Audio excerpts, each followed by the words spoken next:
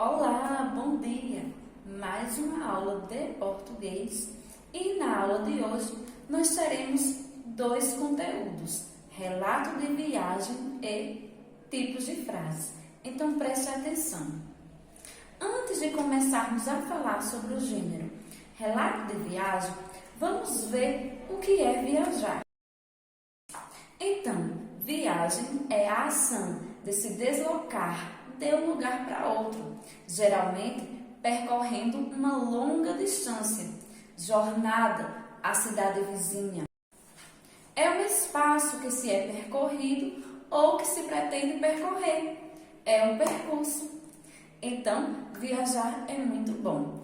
O gênero relato de viagem fala justamente do que se é vivido nesses percursos recorridos, até chegar a um destino e tudo o que acontece nesse destino. Ou seja, os detalhes mais interessantes, os lugares visitados, as pessoas e a cultura deste lugar. A função de um relato é apenas informar os acontecimentos numa sequência que eles se sucederam. Então, seu texto deve seguir a sequência do que aconteceu.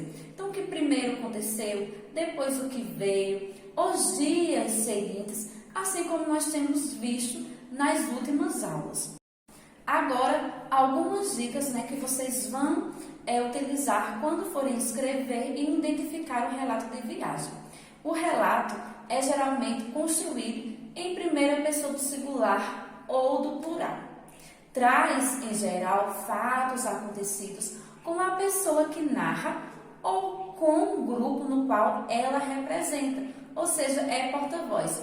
Em geral, o que esse gênero traz? Experiências, expressões em primeira pessoa utilizadas pelo narrador, como eu me lembro, vivi numa época que, quando eu era. Então, essa é a primeira dica. Também tem verbos que remetem ao passado, como lembrar, reviver, rever, resgatar uma memória, certo? As palavras utilizadas são da época referida como vitrola, flertar, cristaleira. Então, se você vai conversar com alguém da sua comunidade, alguém mais velha, então ela não vai falar paquerar, ela vai falar flertar. Então, as palavras, elas remetem, à época vivida pelo narrador. Expressões que também ajudam o leitor a identificar a época narrada, como naquele tempo, em 1990, naquele dia. E tem também a participação de outros personagens e de mais pessoas presentes nessa história. Ou seja, se você está numa viagem com sua família, você vai fazer o relato de sua viagem, geralmente vai aparecer também histórias que você inclua as pessoas que estavam nessa viagem. O discurso é sempre direto ou lírico, ou seja, as expressões são suas. Então, relato de viagem é algo pessoal, certo? Agora, vocês viram essas dicas, vamos às principais características do gênero. Então, o relato, ele vem da tipologia narrativa, ou seja, você conta algo que aconteceu. É escrito em primeira pessoa. Eu vivi ou nós estávamos, certo? Eu, primeira pessoa do singular, nós, primeira pessoa do plural. O tema é o quê? Experiências pessoais, fatos e pessoas marcantes em lugares, visitados, os lugares visitados em que você foi. O verbo pode estar no presente ou no pretérito. Como assim presente? Eu posso escrever, o que eu estou vivendo agora. Estou em São Paulo, aqui faz muito frio. Ou então no passado, estive em São Paulo quando estava muito frio, certo? As descrições do tempo, do espaço e dos personagens são muito importantes. Então, eu tenho que falar do tempo. Estava de dia, ou à noite, o espaço, como era esse lugar, quais eram as características mais marcantes. Eu estava num lugar de natureza, um lugar de cidade, o que é que eu estava vendo ali de marcante? E os personagens, as pessoas que estavam com você nessa viagem, ou então pessoas, né, que você conheceu e que vale a pena relatar. Os diálogos são facultativos, ou seja, eu posso colocar diálogo sim, mas se não é interessante para mim, eu não preciso colocar nenhum diálogo. Apresenta fatos marcantes da vida de uma pessoa durante uma viagem, como nós já vimos, né?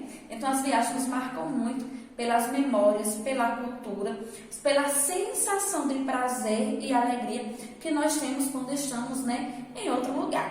O relato de viagem, ele é sempre feliz? Não, pode ser que você tenha feito uma viagem que foi um perrengue, você não gostou tanto, mas você quer relatar. Então, ainda se pode fazer isso no gênero relato de viagem, certo? Agora, vocês vão ver um relato de viagem em vídeo.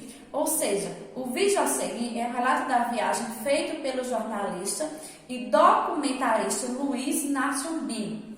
Em vez de um texto escrito, o que foi que ele fez? Ele usa a câmera e o microfone e compartilha com nós, os espectadores, suas impressões e informações sobre lugares que visitou. Nos trechos que vêm abaixo, o país visitado é o quê? A Islândia.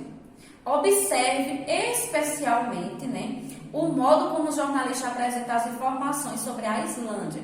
Porque aí, lá na atividade de participação, nós vamos, né, precisar desse relato para que vocês possam responder uma questão. Então, preste bem atenção e voltamos já.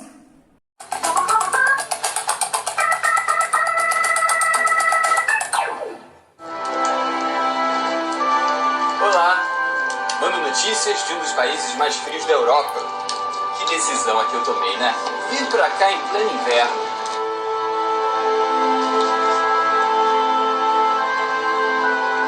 Coisa de brasileiro que tá louco pra ver neve. Talvez um pouco, mas só um pouco. Coisa de quem gosta de produzir imagens mais dramáticas. Tem que admitir que sim. Coisa de quem procura o máximo possível de diferenças.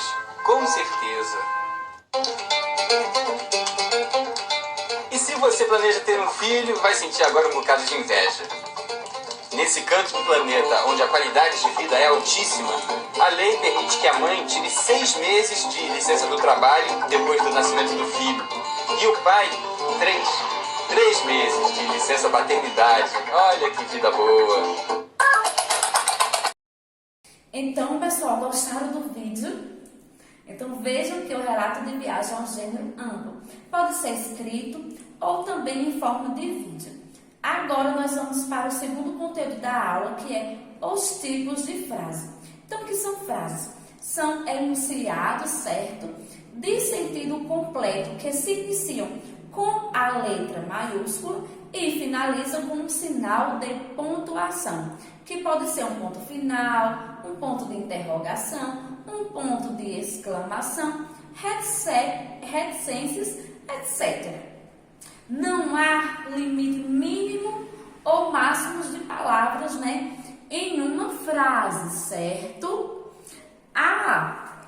Elas podem ser longas. Pensou em Patrimônio da Humanidade no Peru? Pensou em Machu Picchu, certo? Ou pode ser breve, certíssimo, de acordo com a intenção que se vai escrever. A frase ela pode ser declarativa, ou seja, que vai expressar um fato, alternando ou negando, certo? Chan-chan é localizada no Peru. Então, aqui eu tenho uma frase declarativa. Eu posso afirmar algo ou eu posso negar algo, certo? A frase interrogativa expressa dúvida, indagações. E aí ela é marcada por um ponto de interrogação. A declarativa é um ponto final, a interrogativa é um ponto de interrogação. Como assim? Nessa frase, ó, conhece este lugar? Veja que eu estou fazendo uma pergunta. Então, essa frase, ela é o quê? Interrogativa, e aí eu tenho um ponto final, certo? A imperativa vai expressar uma ordem ou um desejo, certo? Compre uma lembrancinha para mim lá do Peru. Então, quando eu digo compre, o que acontece? Eu estou dando uma ordem, fazendo um pedido, certo? E aí tem a exclamativa, que vai expressar o quê? Uma surpresa, uma admiração. Por exemplo, Machu Picchu é linda. Então, aqui veja que eu finalizei com ponto de exclamação, certo? Agora que vocês já viram os dois conteúdos das aulas, vamos às atividades de participação. A primeira atividade é sobre o vídeo que vocês viram, ok? Então, na questão 1, você vai indicar as frases, certo?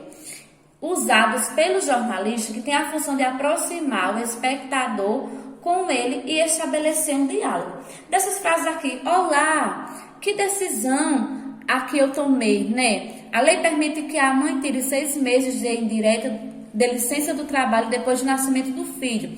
E se você planeja ter um filho, olha, que vida boa mesmo, vale a pena. Então, pessoal, de todas essas frases, quais são as frases que indicam que o leitor quer manter, que o autor quer manter um diálogo com quem está lendo, com o leitor. Então, coloquem aí na atividade de participação. A próxima atividade é sobre os tipos, certo, de frases. Relacione os itens correspondentes. Então, aqui eu tenho todas as frases exclamativas, mas aí eu quero que você relacione. Aqui tem medo, surpresa, ordem ou tristeza. Então, de acordo com a frase que expressa, você vai preencher com a letra embaixo. Você chegou bem antes. Então, aqui eu tenho medo, surpresa, ordem ou tristeza. Nunca imaginei que fosse embora. Que susto! Não faça mais isso. Então, faça uma atividade de participação que é muito importante e até as nossas próximas aulas, né? Lá no Google Meet. Tchau!